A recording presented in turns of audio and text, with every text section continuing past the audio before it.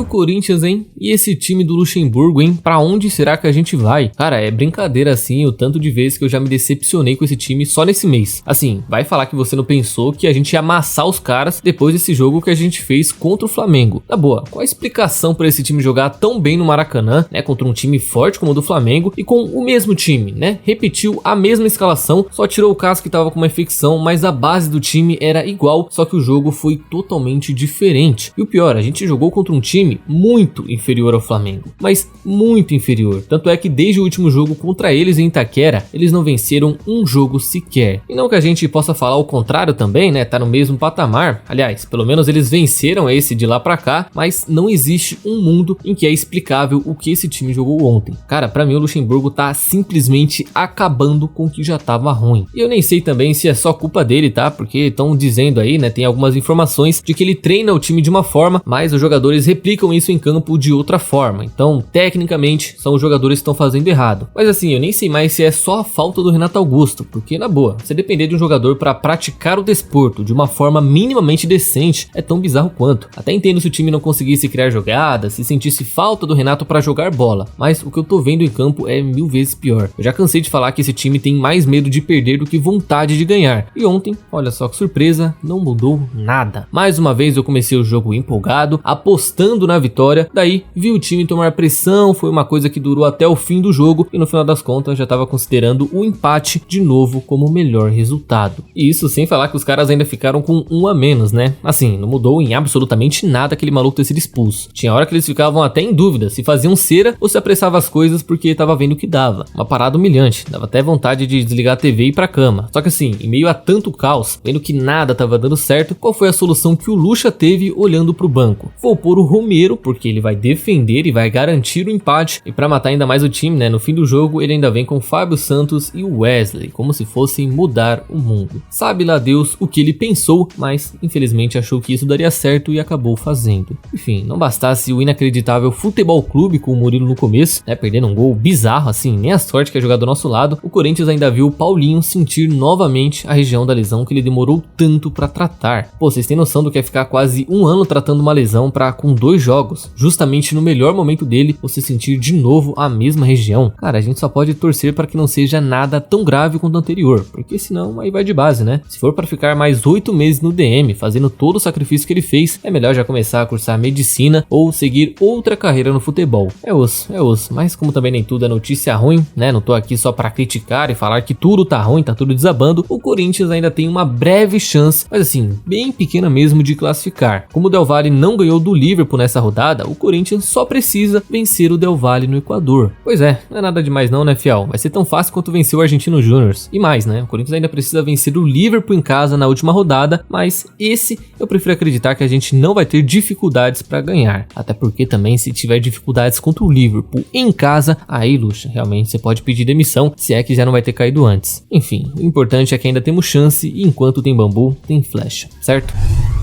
E como sempre, depois dos jogos, nós temos a sorte, né, de ter a ilustre presença do Lucha na coletiva, que consegue ser um show à parte em dia de jogo do Corinthians, né? A gente já se anima com o que vem em campo, já é uma coisa gostosa os 90 minutos e depois é só risada na coletiva. Pois é, e mais uma vez o nosso professor, nosso querido Luxemburgo, além de toda a resenha com os jornalistas, né, porque convenhamos, o momento é ótimo, ele afirmou que o Corinthians está melhorando na sua visão. E o motivo que ele usou para falar isso foi que ontem a gente não tomou gol. Pô, vocês querem uma prova melhor que o time tá evoluindo do que isso? Depois de 8 jogos tomando gol em todos eles, o Corinthians finalmente saiu de campo sem ser vazado. E pro Lucha, isso já é motivo de comemoração. Pouco importa se não fez também, né? Pouco importa a pressão que tomou o jogo inteiro. O importante é dar um passo de cada vez e comemorar as pequenas vitórias. A motivação é tocar ela botada pro céu, já viu? Mas cara, falando sério aqui, né? Comemorar esse tipo de coisa e ignorar todo o resto, tudo que aconteceu, é pensar muito pequeno. Você esquecer absolutamente tudo que aconteceu em campo e até o objetivo de ontem, que era ganhar para se manter ainda mais vivo no torneio, para depois se gabar que não tomou gol, é um pensamento de sobrevivente, de um cara que não tá nem aí se ele vai ganhar alguma coisa ou não. Ele só quer saber de não perder e mesmo assim consegue fazer esse feito. Enfim, para não parecer uma corneta atrás da outra, né, para não ficar um clima tão pesado, ele pelo menos teve um bom momento na coletiva, que foi quando elogiou o Carlos Miguel, que inclusive estava do lado dele, dizendo que ele vai ser o substituto do Cássio sem dúvida nenhuma, que se ele tiver paciência e esperar o Cássio se aposentar, porque também, né, convenhamos, o Cássio deve jogar até os 40, mas se ele tiver essa paciência e escolher esperar, ele tem tudo para ser o substituto e quem sabe até um novo ídolo no gol corintiano, certo?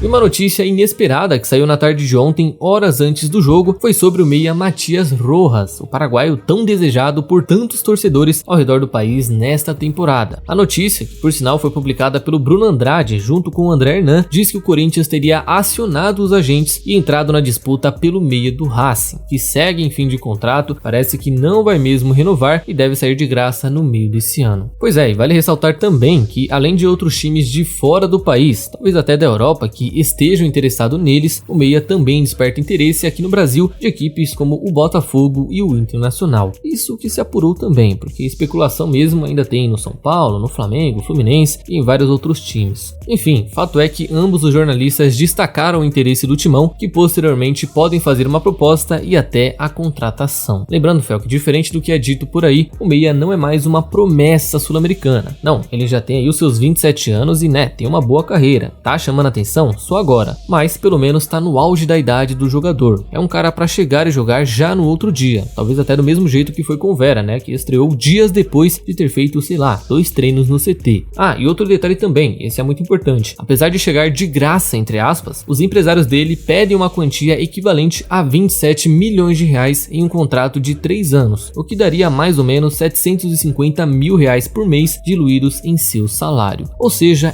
é uma grana, é um dinheiro investido bastante elevado, mas considerando a bola que esse cara tá jogando, pra mim tá mais do que justo, certo? Tá aí o reforço de peso que a gente tanto pede. Chegaria pra resolver? Não sei, mas certamente faria a diferença. O que vocês acham? Emprestado ao Zenit por mais alguns meses, o atacante Mantuan realmente não vai voltar ao Corinthians ao fim de seu empréstimo. Pois é, não bastasse o Corinthians ter vendido a porcentagem dele para o Zenit nesse acordo pelo Yuri, fazendo com que eles precisassem pagar bem menos do que foi previsto no início. Nessa semana, o treinador Sergei Semak foi mais um a colaborar para o atacante não voltar ao Brasil no mês de julho, já que ele não só rasgou elogios ao Mantuan, como também afirmou que já deram sua posição em relação a ele ficar ou não. Se depender do Zenit, o Mantuan renova. E aí, mesmo que o Corinthians recuse, só do Mantuan aceitar ficar também, não vai ter jeito mais. E cara, apesar do Mantuan não ser esse deus que muita gente tá tratando por aí, já vi gente dizendo que se o Mantuan não tivesse saído, o Corinthians não estaria nesse buraco, mas mesmo não sendo tudo isso, eu acho que se esse cara tivesse aqui agora, a gente não teria visto o Romero sendo contratado, por exemplo, talvez nem o Barleta. Ele poderia ser o titular da posição e ainda que não fosse, seria um duelo interessante com o Adson, seriam duas opções bacanas para esse lado do campo. Então, é um cara que certamente faria diferença se voltasse, mas por esses discursos que a gente anda vendo, vai acabar saindo por 16 milhões de reais, porque o Corinthians só tem 30% dele e a gente vai continuar nessa nhaca. Pois é, nem a sorte anda com a gente mais, né? Então, fiel, é isso por hoje. E antes de vocês saírem do vídeo, não se esqueça de deixar a curtida e se inscrever no canal, que já vai estar me ajudando demais e vai contribuir para mais vídeos por aqui, certo? Espero vocês numa próxima, tamo junto e vai Corinthians!